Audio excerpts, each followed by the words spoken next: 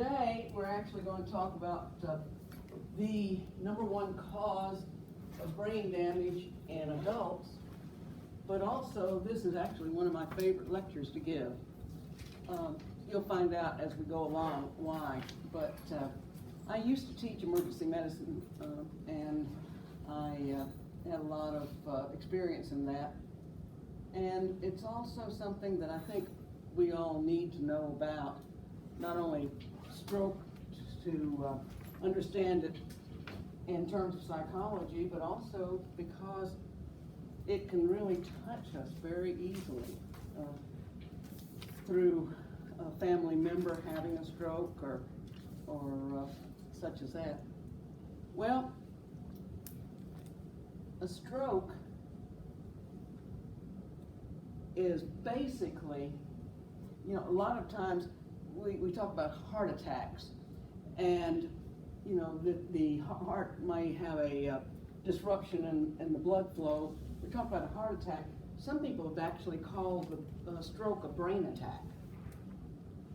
Now, the actual medical name for it is a cerebral vascular accident, or a CVA. They refer to it very often as a CVA at the hospital. There are two types of stroke. There's what's called the hemorrhagic stroke, and then also the thrombotic, instead of ischemic, thrombotic stroke. You'll see it in the next slide. The thrombotic stroke is caused basically from an obstruction like a blood clot. The hemorrhagic stroke is where there is a bleed.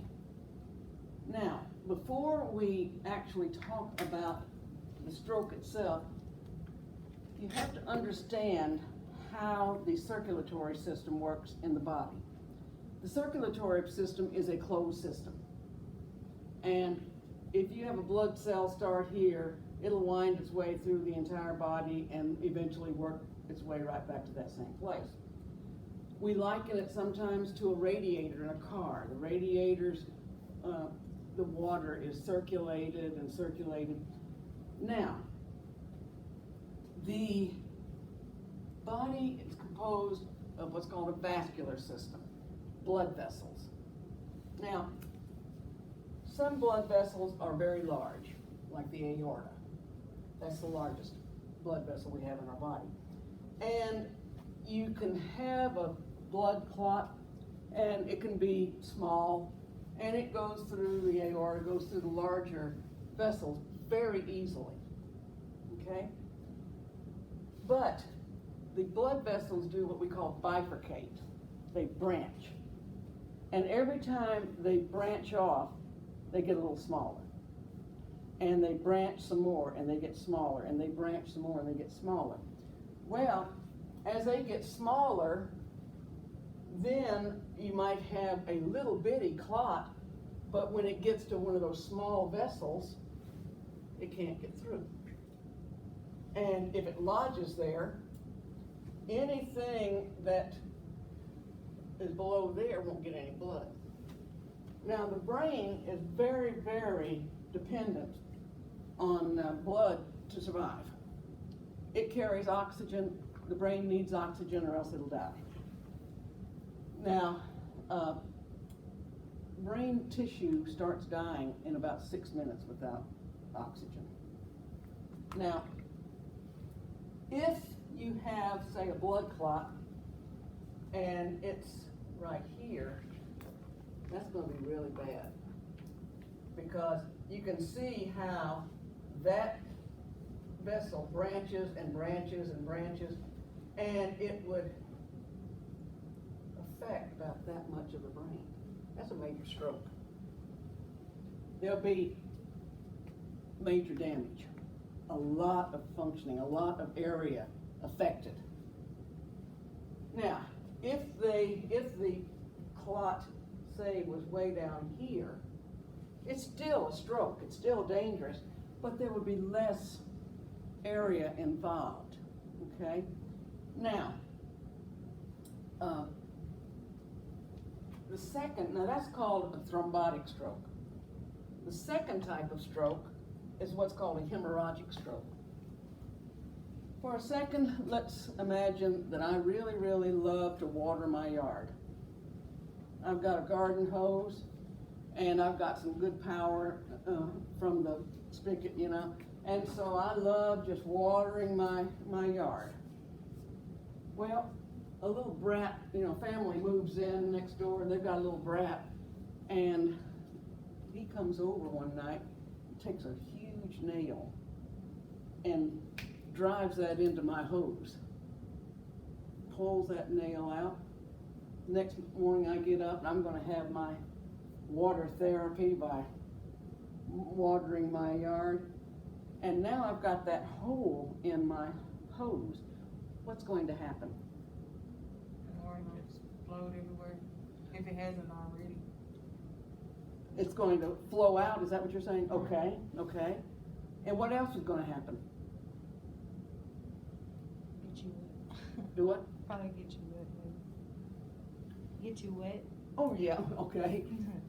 But there's something else that's going to happen. If I've got a hole right here, and yes, this is flowing out, something else is going to happen. Plant's gonna die. The plant's gonna die? It's not Less getting to like the water. hose. Yeah. The water not really coming out. Yeah. There you go, there you go. Less water. Now, if you've got a hole here, then there's going to be less pressure here, okay? And so the blood is not going to flow as well past that. Now, been asked, what causes a rupture in a vessel like that? Well, there's several things. When I have gone to my doctor, and the doctor checks my cholesterol. Well, my doctor, one day, I got a really sharp doctor, he's a really great guy. And one day, he said, I've just found out that, you know, not only do we have good cholesterol and bad cholesterol, but we have 5 types of bad cholesterol. That 5 types make up that bad cholesterol. And he said, we've got, you know, we've tested you now, and you got 5 types of bad cholesterol. 2 of them are bad, 3 of them are really bad. Now, the one that's the worst, you should have a value of about 600. He goes, you're at 2,500. He said, now what that means is, this is going to cause the linings of your vessels to become more irritated and susceptible to a stroke. And, and so cholesterol, having bad cholesterol can cause that. Having plaque, and it's my understanding, like if a chunk of plaque comes off and it weakens that area and then it ruptures, that can happen. But the most common reason that a burst like that, a rupture like that, is what's called an aneurysm. Okay? Now, let's just say for a second that this is the regular vessel. You know, okay, we'll put it like this. That's a regular vessel. Now, some people are born with an area that's weak in that vessel. So what we'll do is we'll just take off some of this, because that's a weak area. Well, your blood is constantly traveling, and when your heart contracts, it puts a maximum amount of pressure in your system. And then when it relaxes, then your blood pressure goes down. So that's why you have 2 blood pressures. One is the heart in contraction, the other one's heart relaxing. So your top blood pressure is your contracting, bottom is relaxing. Now, you're having this constantly, contract, relax, contract, relax. The blood pressure, up and down, up and down, up and down. And as a result, it's constantly putting more and more pressure on that area that's weak. Well, eventually, what happens is this stretches a little bit. Okay?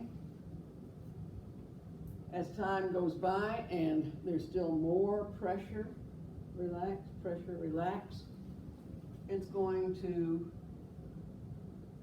get bigger. Pressure, relax, it's going to stretch some more. And, you know, the blood goes up in here now as well as keeping on going this way. And so it keeps on putting that pressure on that weak area. And just like a balloon, if I keep blowing up a balloon, it's going to expand. That tissue grows thinner, and then eventually what happens? It bursts. Now, what happens here is not only is this thinning, but if you have high blood pressure, that even increases the risk that it's going to burst. Okay? Now, one of the bad things right now that we are finding out, the recreational use of amphetamines, like your crystal meth, your cocaine, your speed, it increases cerebral blood pressure tremendously. And so if you have a situation like that, you could very well be hastening the development of that aneurysm and the explosion. Now, which do you think would be easier to treat? The thrombotic? The thrombotic. Because what happens is they will give medication to try and dissolve the clot. They try to get medication and try and find ways to get this to quit bleeding, but if they can't control that bleeding, they have to go in. They have to find the bleed and then fix it. So, you've got a situation where you've got a part of the brain that's being deprived of oxygen. It's dying, okay? Now, if you have a stroke on the left side, the symptoms will be on the right. If you have a stroke on the right side, the symptoms will be on the left. So if a person starts becoming paralyzed on the right side, the doctors know that the stroke's occurring on the left. Symptoms of a stroke: sudden paralysis, sudden slurring of words, a droopy eyelid, a droopy face, sometimes uncontrollable drooling with some of these other symptoms, unequal pupils, an ashen gray coloration, and sometimes you can see the blue coloration in the membranes, such as like in the gums and such. I'm told that also if you have the person stick their tongue out, they can't stick it out straight, that it flops over to the left or the right. Now, my mother had a stroke, and my mother in her entire life probably had alcoholic drinks less than I have fingers on one hand. And got up one morning and I was walking down the hall, and Mother got up and I saw her and I said, "Well, good morning, Mother, how are you this morning?" "Oh, she sounded like she'd been on a 10-day drunk. I said, "What did you say?" "Oh, I said, "Mama, you need to sit down." Called the doctor, and the doctor said, you need to get her to the hospital immediately. He said, call Chuck because I'm at the airport and I'm leaving right now. Okay, so I couldn't call the other doctor at the time. I called the ambulance, and I don't believe in luck. I don't believe in coincidence. As I pulled onto the lot of the hospital, the doctor that I was supposed to call was standing there talking to another doctor, just shooting the bull. And so I ran over and I said, Chuck, I think Mother's having a stroke. Okay, I'm on it. He goes in. After a while, he comes back. And he said, you're right. Your mother is having a stroke. He said, it's significant. Oh, no. She was already completely paralyzed on her left side. She couldn't talk. She was scared. You know, she had all the symptoms. And he said, by chance, I've been reading up on strokes lately. And he said, there's a brand new medication that the FDA has just approved. It's been in experimentation for a while, for all this time. And he said, if it works, it'll stop the stroke. If it works optimally, it can actually reverse the stroke or put it in remission. He said, this is a very, very strict drug. You can only give it within the first 2 hours of the onset of symptoms of a stroke. He said, you got your mother here in 45 minutes. He said, that's fantastic. He goes, I've already ordered it. It's already been administered. He goes, it's a wait and see thing now. The rest of the day, she had all kinds of tests. She had CTs, she had MRIs, she had EEGs, and I'll tell you about all those after a while, and blood tests and all kinds of tests. She still had paralysis, she still couldn't talk, but her vitals had stabilized, which was good. That night, as I was sitting with her, their announcement came over the hospital, and it said all visitors must leave now. Good grief, I said, I don't know what to do. You know, I went to the nurse and I said, am I supposed to stay? Am I supposed to go? I said, I honestly don't know what to do. And she said, well, your mother's vitals have been stable all day. And she said, that's great. She said, the most dangerous time after a stroke is the first 48 hours. She could have another stroke or she could have a heart attack. Okay. And she said, but when your mother's released, you're going to need to be as rested up as possible.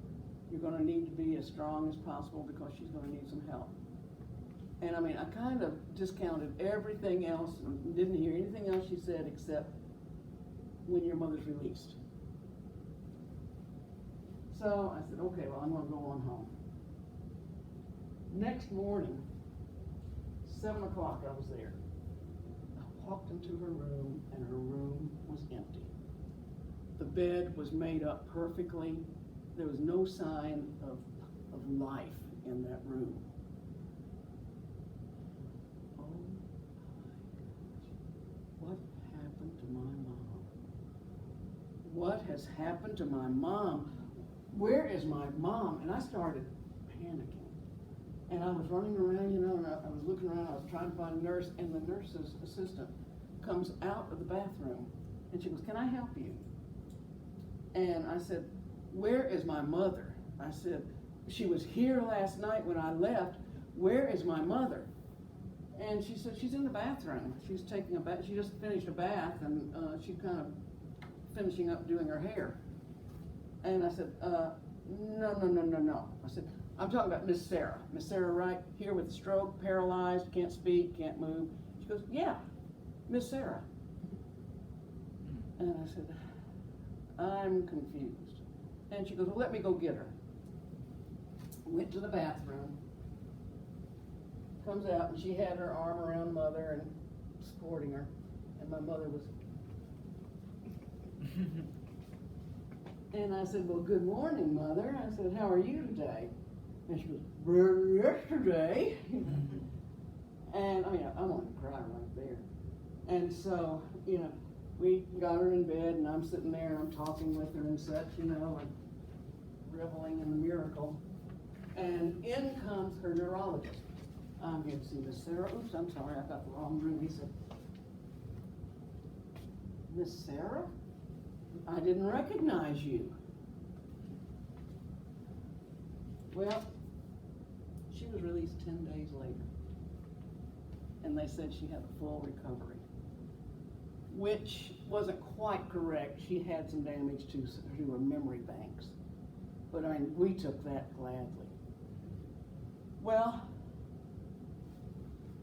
that drug was, that the doctor gave her was called TPA, tissue plasminogen activator. I understand now that they've actually extended that window to 3 hours that they can give it to a patient. I don't know how it works. I just know that I am so grateful for doctors who know what they're doing and for people inventing things like that. One of the best moments I've ever had as an instructor, I was in my office one day, and this student came in, and she said, do you recognize me? And I said, I sure do. And she goes, I had you a couple of years ago. And I said, I remember it well. And we talked for a few minutes, and she said, I'm here for a special reason. And I said, okay, what can I help you with? She said, I sat in your class, and I listened to your lectures, and I remember your lecture on stroke. My grandmother had a stroke a couple of weeks ago.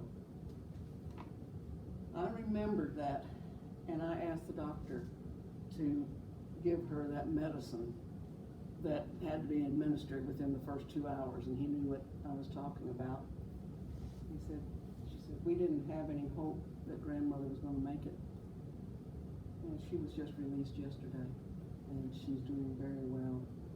And she goes, I wanted to come in and thank you for giving that lecture. I mean, I wanted to cry. People don't get into this profession to get wealthy, to get rich. But I felt like the richest person in the world that day. That's where the riches are when you're an instructor, when things like that happen. Every time that I see a student and they come back and visit with me and we chat, or if somebody keeps in contact with me through the years, that's gold. That is absolute gold. Well, when a person has a stroke, like I said, I gave you some of the symptoms, but some of the risk factors, being overweight, having a family history of stroke, heart disease, or vascular problems, high blood pressure, diabetes. All these things increase the likelihood of having a stroke. There are others, but those are some of the main ones. Now, once you have had an occurrence where brain damage is suspected, there are different ways that the brain damage is assessed.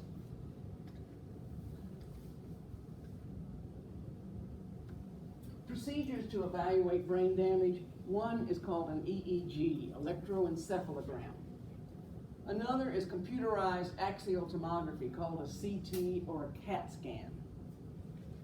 The magnetic resonance imaging, MRI, and the single photon emission computed tomography, the SPECT scan. Now, the EEG is a device that measures the electrical activity of the brain. They place electrodes on different parts of the brain, and it measures that electrical activity in that area. Now, I don't know how they do it now, but when I had one, they had this, I don't want to call it a salve, and it's not a solution, it wasn't a cream. It felt like a real gritty Vaseline that was like glue.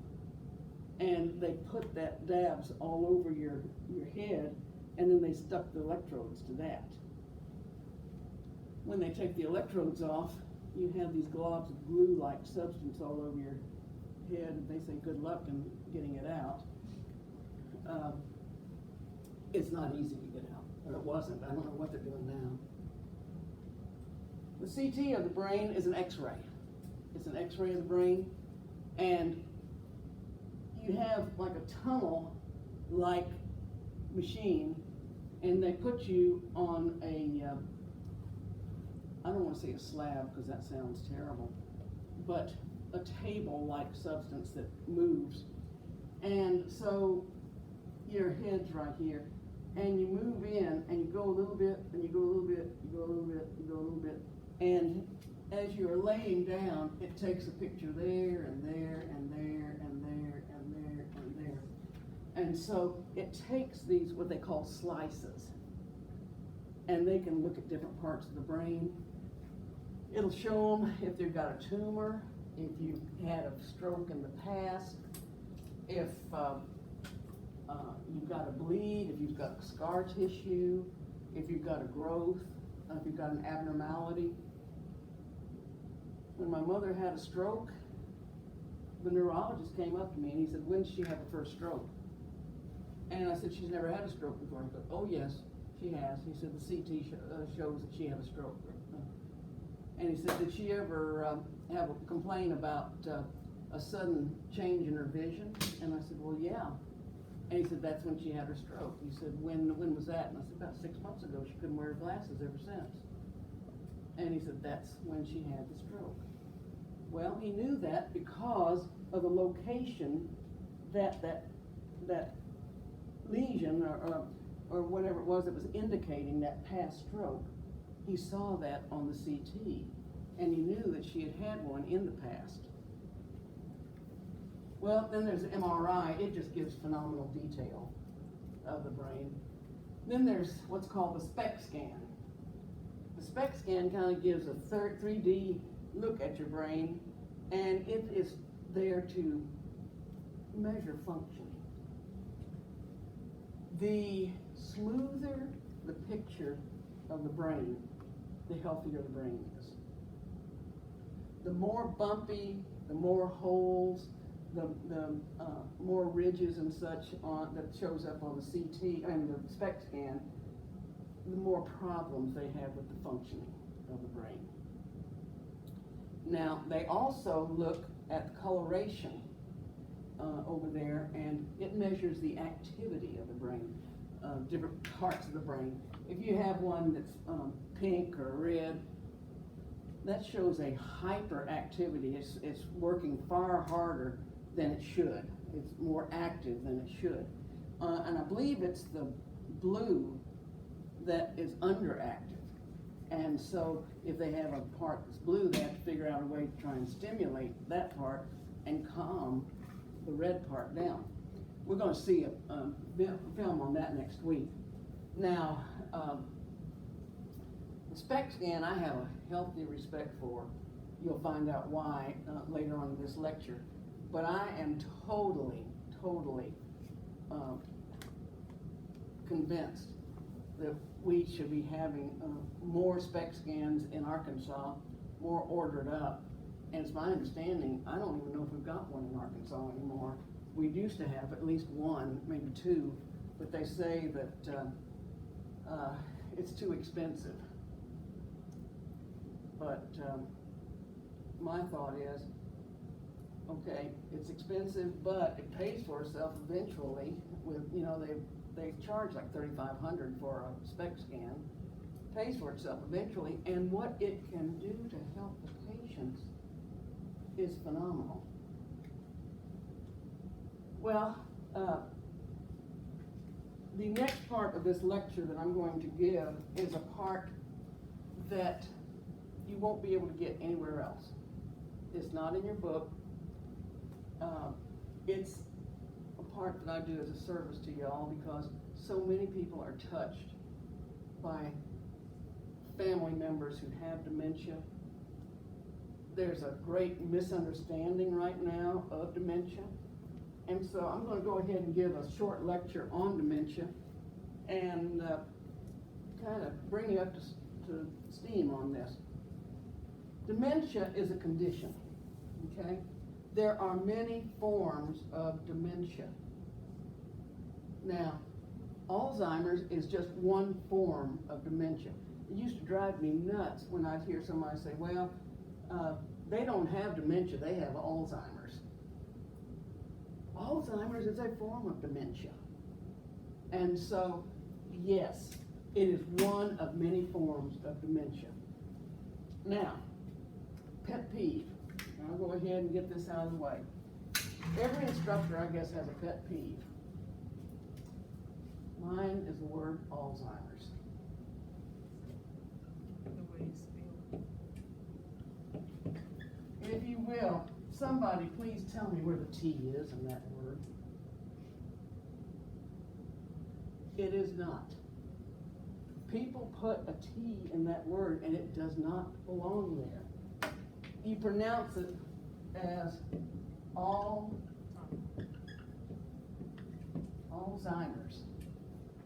Okay? It's a German word, and I can see how they could mess up and put a T because if you look it up in the dictionary, it has a soft T in it, which, since it's a German word, it's kind of a guttural Z. It's like Alzheimer's, like that. But it's not really a T. This is something that's near and dear to my heart. I don't know why I've taken up this cause, but I can't stand hearing somebody mispronounce it. I have called news anchors in New York for the major networks to tell them they are mispronouncing this word. I've called all the local television stations, and they're getting really good now about pronouncing it correctly. And I've got over 5,000 students now who have been educated that are out also telling people. And I had one student brave enough to tell her sociology instructor she was mispronouncing it. I said, yes, you go girl, you know. So it is pronounced Alzheimer's. Alzheimer's. Okay. Dementia is a condition in which the thinking, the memory, the thought processes of a person are compromised.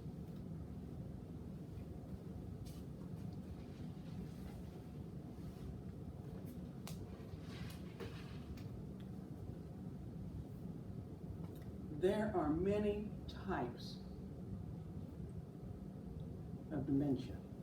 I'm just going to talk about 4 or 5. Okay? Dementia can hit people other than the elderly. Okay? It's a condition in which the thinking, memory, and thought processes of a person are compromised. I'm just going to talk about 6 types of dementia. One of them is called vascular dementia. This is what they used to call senility. You know, they'd say, Joe over there he's slipping, he's getting senile. And it wasn't senility, it was really hardening of the cerebral arteries. Vascular dementia. Hardening of the cerebral arteries. Another type of dementia is caused by multiple strokes. This is called multi-infarct dementia. Multi-infarct dementia. Caused by multiple strokes. Every time you have a stroke, part of your brain dies. If you keep having strokes, little strokes, big strokes, moderate strokes, you're going to have brain tissue that's going to die. Okay? And these can cause a form of dementia called multi-infarct. If you have Parkinson's disease, it can lead to Parkinson's dementia. Then we have a thing called PICS dementia. Now, it's my understanding that PICS dementia is kind of like a young person's Alzheimer's, but it also attacks the social inhibitions of the person, and they can also become very aggressive. And so they will very easily do socially inappropriate things, and they can become very aggressive and violent. Then there is a form of dementia caused by syphilis. We used to say syphilis was completely eradicated. It was gone. Didn't have to worry about it anymore. There was a time before you got married, you'd have to have a syphilis blood test. Make sure you didn't have syphilis before they let you get married. There was a time that when a woman went in for her yearly physical, the doctor would just automatically check for syphilis. When it was basically declared eradicated, gone, they stopped all that. There wasn't a reason for it. Well, somehow it's made its way back. It's more virulent and it's more resistant than it used to be. Syphilis is caused by a corkscrew type of organism called a spirochete or a spirochete. When a person has sex, this is transmitted to the other person, and it enters the body, and it takes a little while to kind of become acclimated. Well, after about 10 days or so, the person will develop a very, very ugly sore that looks like it's extremely painful, but I'm told that it's completely painless. I'm going to show you a couple of pictures of these. These are called chancres, and there's a reason I'm going to show you here. All right, here's one that is on the wrist, Oh. one that's on the lip, one that's on the tongue. Here's one on the torso. Now you look at these, and I'm sitting there thinking, how can this not be painful? But here's the worst of all. Yo. These are what's called chancres, and they're caused by syphilis. Now, why am I showing you this? Because I want you to see that and say, and I'm telling you, they're painless. Women, a chancre can form in the vagina. You don't see it, you don't feel it, and you don't know it's there. After 2 to 3 weeks, a chancre will heal on its own. And when it does, you're completely contagious. A woman may not even know she's contracted syphilis because she has not seen that chancre. So, if you are having regular sex, especially with multiple partners, or with one partner who's not being monogamous, I think that's the word, monogamous, then you need to be having a syphilis check at least once a year. You may not know that you have the disease, and the doctor will not check it unless you ask for that specific test. It will not heal itself. It only gets worse. It can attack any organ, including the brain. And basically, it'll not literally eat the brain up, but it deteriorates the brain function. So it won't show? Huh? So it's not really gonna show, or is it can show, or it disappears? Is that what you're saying? The chancre will appear and disappear within 3 weeks. But, like I said, if it forms in the vagina, you'll never know it. But if you're lucky. If you contract it and it appears, then count your blessings, because at least you know and you can get some help. You know, pity the person that it appears someplace and they've never seen it and they don't feel it. It heals up and they're carrying it now. And so it will not heal up on its own. You have to have medicine to make it heal. Any brain damage that's suffered because of syphilis, it's there forever. It doesn't heal, it doesn't go away. And I have seen this one patient, and that happened. They couldn't figure out why she was having dementia, and finally the doctor says, you know, I haven't seen this in years, but let's give her a syphilis test.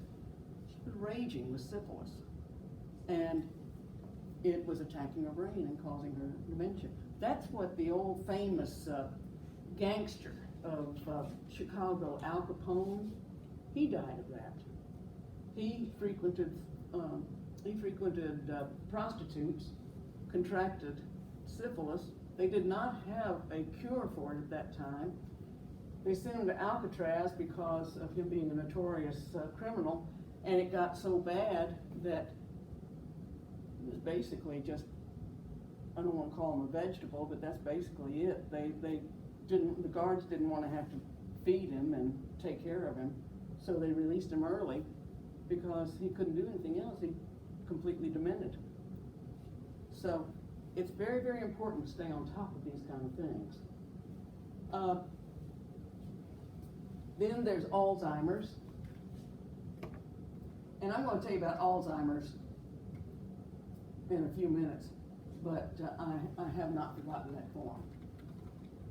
All right, now, what areas are affected when a person has dementia? The memory. Now, depending on the type of dementia, depends on what type of memory is affected. It can affect the short-term memory and it can affect the long-term memory. The short-term memory is usually affected by your vascular dementia and your Alzheimer's. The others can affect the long-term memory. Cognition. Your understanding of things, your awareness of your surrounding, problem solving,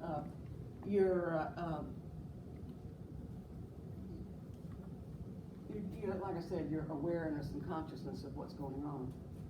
Now, orientation, we talk about orientation times 3.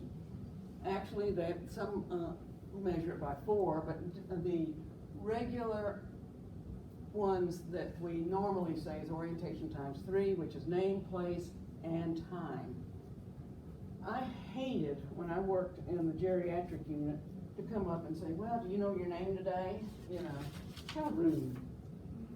So I'd take a chart and I'd say, I'm about ready to have to post notes. And I said, I don't want to get you mixed up with one of the other patients. Would you mind spelling your last name, please? And well, it's S-M-I-T-H. Well, I've got 2 of those. Would you mind spelling your first name? Okay, well, it's M-A-R-Y. Well, thank you very much, Miss Smith. I just tested her orientation, okay? Her orientation to person. There wasn't any way to get around and be cool about orientation to place, you know. So I put it on the doctor. The doctor tells me I have to ask you if you know where you are today. Oh, yeah, I'm in the hospital. Okay, could you tell me where in the hospital? Well, I'm in Little Rock, and I'm in this unit here where there's a whole bunch of elderly people. Good enough. But, you know, sometimes they might not know. And, okay, I'm in Little Rock. Well, where in Little Rock are you? I'm not really sure.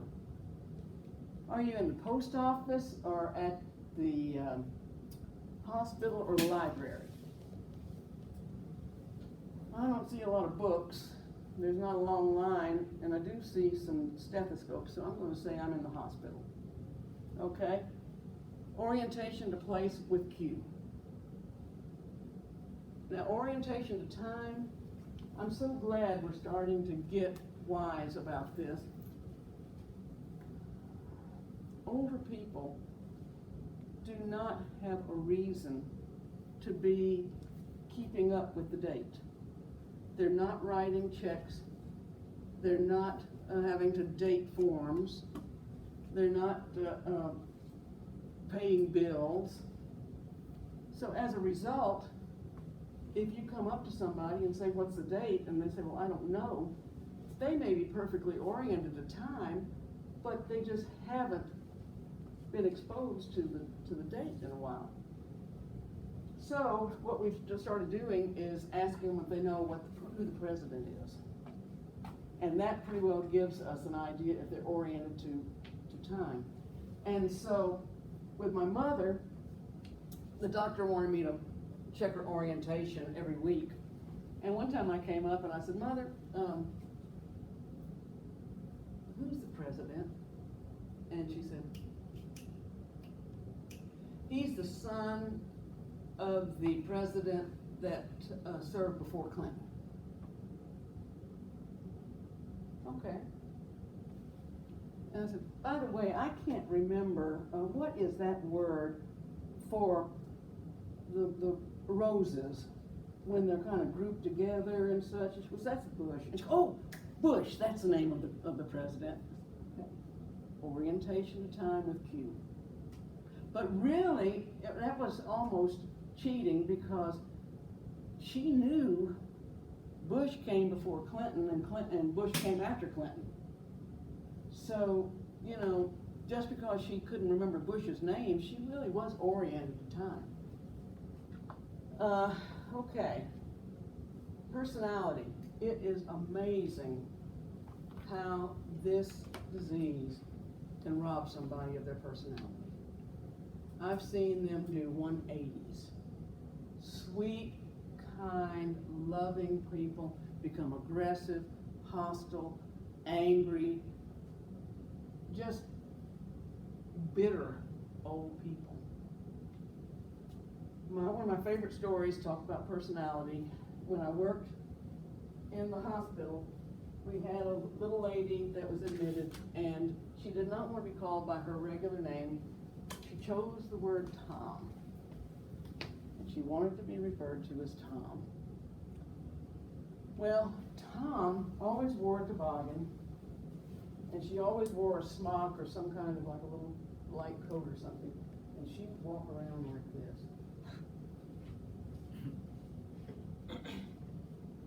And everybody gave her wide berth because when she was admitted, she cold-cocked a nurse,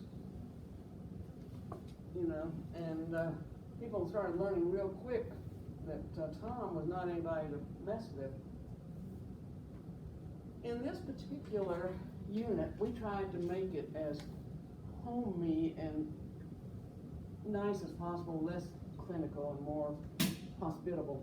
And so at dinner time and, you know, different eating times, we'd put dinner, you know, tablecloths on the tables, and the staff would serve them individually like a server, like a waitress or a waiter.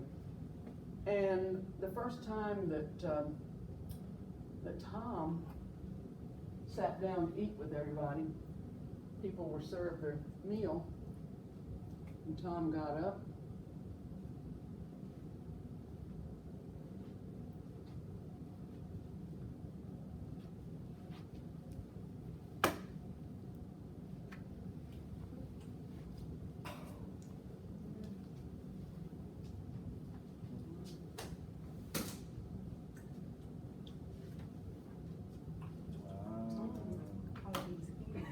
Oh, it's a problem. Oh, it's a problem.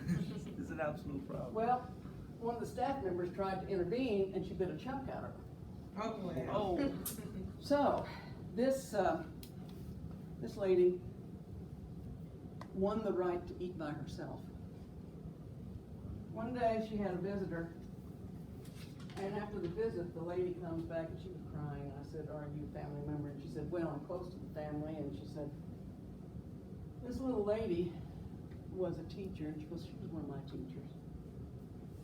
She said, "It's one of the sweetest people you will have ever met.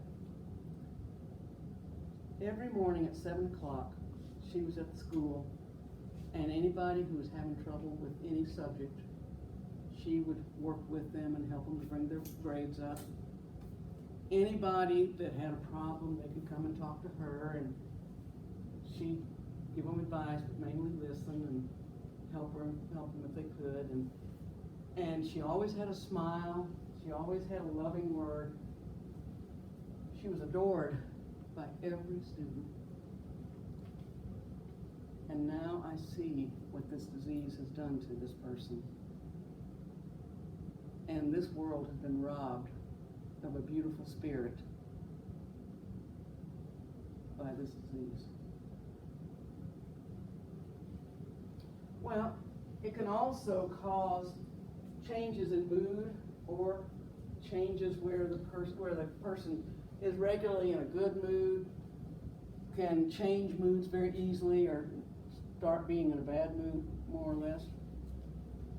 Personal hygiene. As the disease progresses, their personal hygiene declines.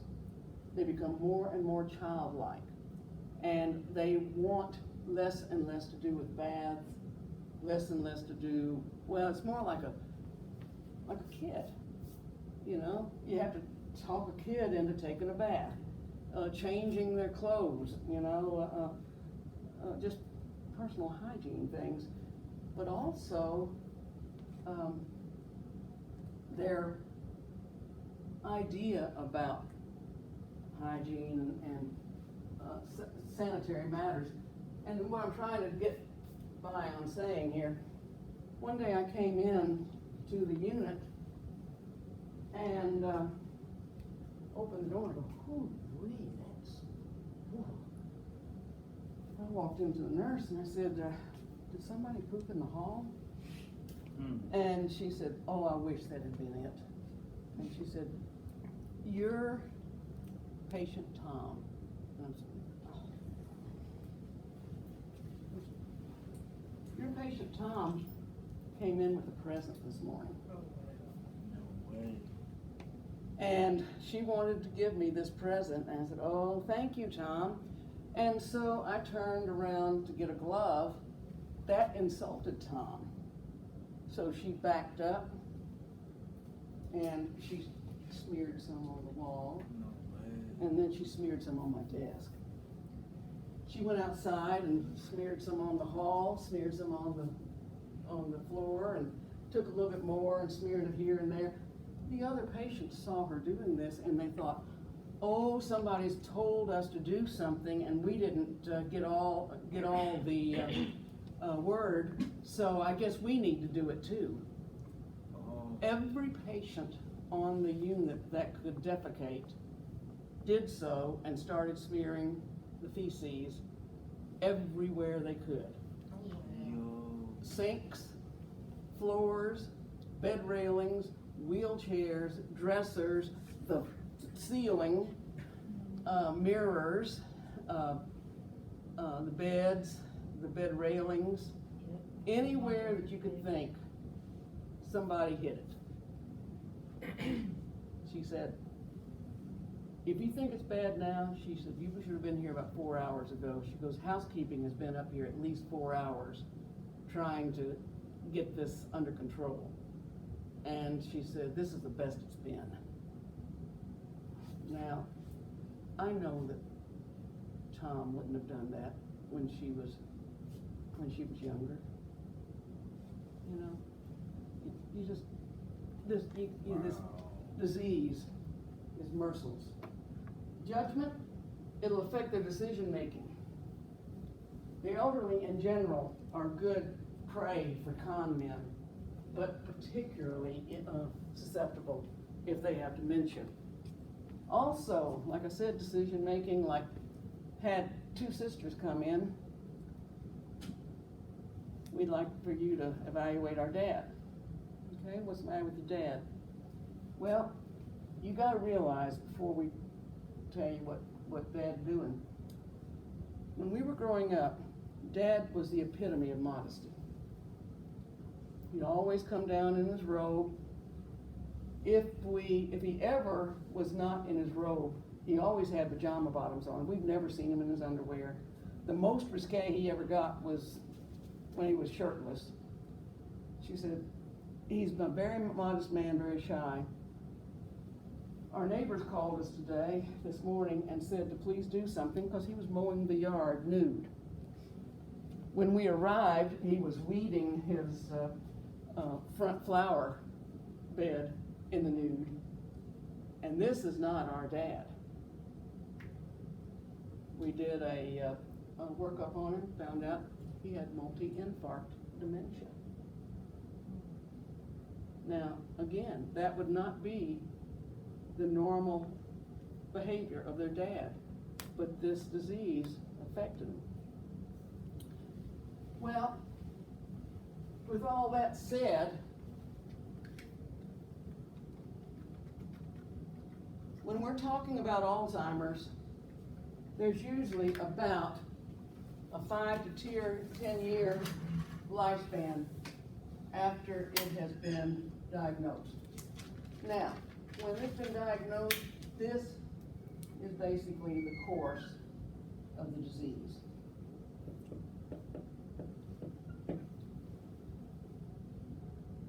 There will be a decline in all those areas that I just mentioned. Now, one thing that's kind of Alzheimer's and vascular dementia have a very, very strange thing that occurs. It's called Sundowner's syndrome. It occurs right around sundown, somewhere between about 6 and 8 o'clock at night.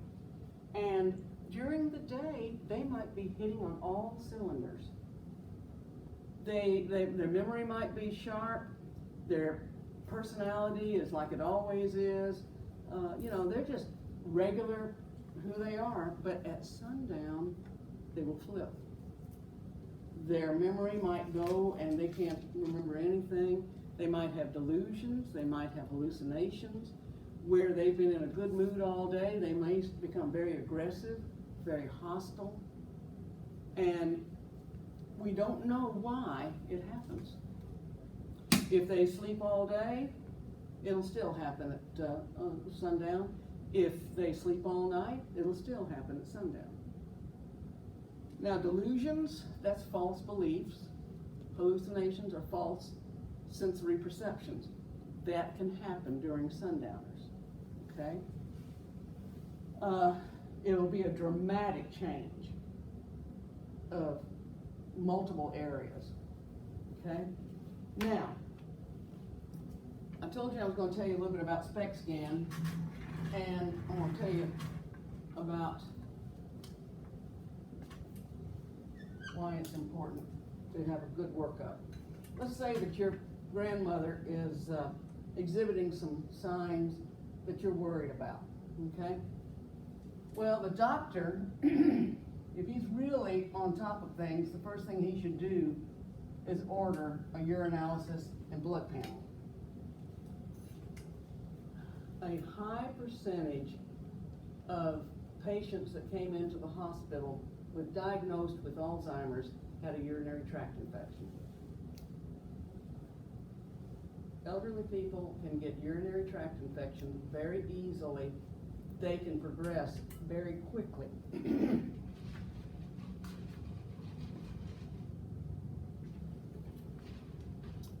And it can mimic dementia. That urinary tract infection can throw symptoms that'll mimic dementia very, very closely. So let's say these are normal. Well, the doctor will probably order an EEG, a CT, and an MRI, and that's correct. That's correct protocol. He ought to do that. But here in Arkansas, it'd be real hard for the doctors to do this, but really, it's really, really necessary that they order a SPECT scan. Now, you'll see a film about this next week, but if you've got somebody who has Alzheimer's, they have a decline like that. But if you've got somebody, say like with vascular dementia, they have a decline like this, stair step. All right? This can go 5 to 10 years. They can get on a plateau and stay on that plateau days, weeks, months, or years. Here, with true Alzheimer's, they're going to need 24 hours supervision very quickly. Here, they may not need 24-hour supervision for years and years, maybe 10 years down the road. My mother didn't need 24-hour supervision it was probably 10 years or longer before she had to have somebody with her 24 hours. And so we've got a case here where if, you tell somebody they've got Alzheimer's and they have vascular dementia, first of all, you're putting them and their family through unnecessary mental stress. You can be seeking the wrong medical treatment, and it can be expensive unnecessarily for that family. Now, let me give you an example. I had a guy call me up, and he said, I understand that you see Alzheimer patients and their families. And I said, yes. He said, I'd like to make an appointment for both. I said, okay. So they came in, and he brought his mother in, and I said, well, now how long have you had the diagnosis of Alzheimer's? 7 years. Okay. Very pleasant woman, very articulate, very nice. And so I said, well, tell me a little bit about yourself. Where were you married? Son, where was I married? No, I want you to tell me. Well, I have a hard time remembering some of those things. That's all right. If you can't remember, that'll be all right. Well, where were your kids born? I can't remember that. Where'd you go to high school? Can't remember that either. Where were you married? I don't know. What high school did you graduate from? I don't know. Where did you get your degree in? What did you have for breakfast this morning? Now, I can tell you that. I had eggs, toast, bacon. I had coffee with cream, and I was still hungry, so I had some cereal with milk. I said, wow. I said, what do you do during the day? And she goes, well, I'm living with my husband, my son, because I've got Alzheimer's, and so I get bored, so every day I make him, my son and my daughter-in-law, lunch. They have lunch made when they can come home for lunch, and then I go ahead and I straighten up things around the house and do a little bit of housework, maybe laundry and such, and then I try and get supper started so that when they get home they don't have a lot to have to do. I said, really? And she goes, oh yeah. And I turned to the son, I said, has she had a SPECT scan? And he said, she's had every test that you can think of. And I said, has she had a SPECT scan? He said, well, I don't know, but I'll go home and I'll get all the tests and I'll tell you what the tests say. Well, when later that afternoon he called and he said, I cannot find a SPECT scan. I can find everything else, but I can't find a SPECT scan. And I said, if you will, ask your PCP to order a SPECT scan for me. All right. Well, the next morning, the doctor called me, and this is usually not a good sign. They usually want to ream me out for something. And so, Dr. So-and-so, this is Julie. What can I do for you? I understand you've got one of my patients that you're seeing. And I said, yes, sir. And I understand that you want a SPECT scan ordered. And I said, yes, sir. He goes, what's a SPECT scan? And I told him what a SPECT scan was, and he said, wow, where do I order one up?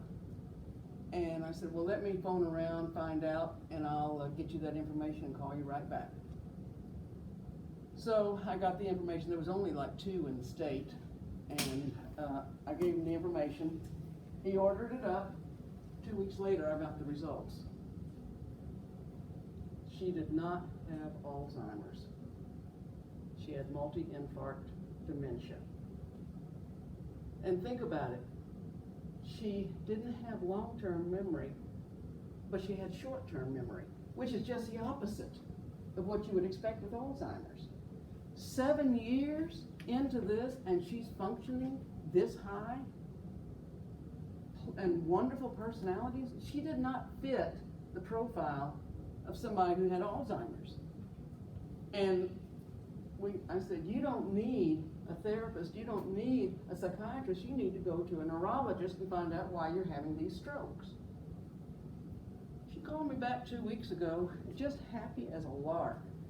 And she said, I saw the neurologist, and he took me off of 2 medications. First of all, the antidepressant, and she said, I must have been allergic to it because as soon as I got off of that, my rash vanished. I'm not itching all the time. And she said, and he took me off the Alzheimer's medication. I'm feeling better, and that was extremely expensive. So now we've got more in our budget. And here she lived, she and her son lived with the diagnosis of Alzheimer's for 7 years unnecessarily. The doctor told me that when you use a SPECT scan, it has an 85% accuracy in diagnosing Alzheimer's.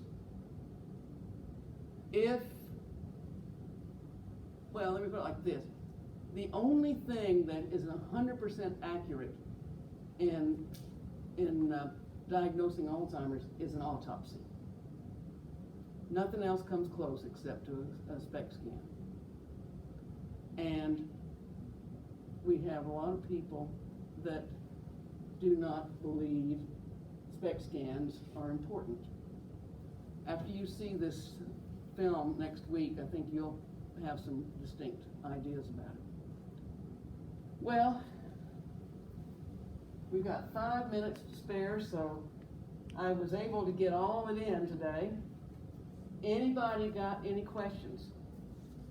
So with dementia, like not with dementia and Alzheimer's, do they kind of have like the same, like, what is the word I'm trying to say? Symptoms? Symptoms. Yes. Well, remember, Alzheimer's is a dementia. It is just one form of dementia. But yes, all dementias have those symptoms. It just depends on the type of dementia and how progressed it's gone. I remember you saying something about how it like affects the personality and stuff like that. And what was it called? Parkinson? What was it? I can't think of it. Parkinson? Yeah. For Parkinson's, Oh. Parkinsonian. Muhammad Ali had that. It made me think of him when I heard it. Yes, absolutely. But that could have been him having it from him boxing or? Yes. They suspect that he might have gotten it because of having his head pounded on for so many years. But, I mean, it wasn't a given, but that was one of the things they suspected. Good questions, thank you. Yes, sir. Other than cost for the SPECT scan, what other reasons are there for providers using SPECT scan? Good question. And they can diagnose, what they can do if they use a SPECT scan correctly, they can use that to determine what kind of medicine to give different neurological conditions and treat it correctly instead of guessing. So you can use a SPECT scan like in the incorrect way? Is that what you're saying? Well, no, I'm sure you could, but without it, you're guessing. Yes. If you use the EEG, the CT, and the MRI, you're guessing on, like ADHD. Yeah. There are forms of ADHD, and Dr. Amen, when he goes into this film, he'll show you how ADHD affects this part of the brain or this part of the brain.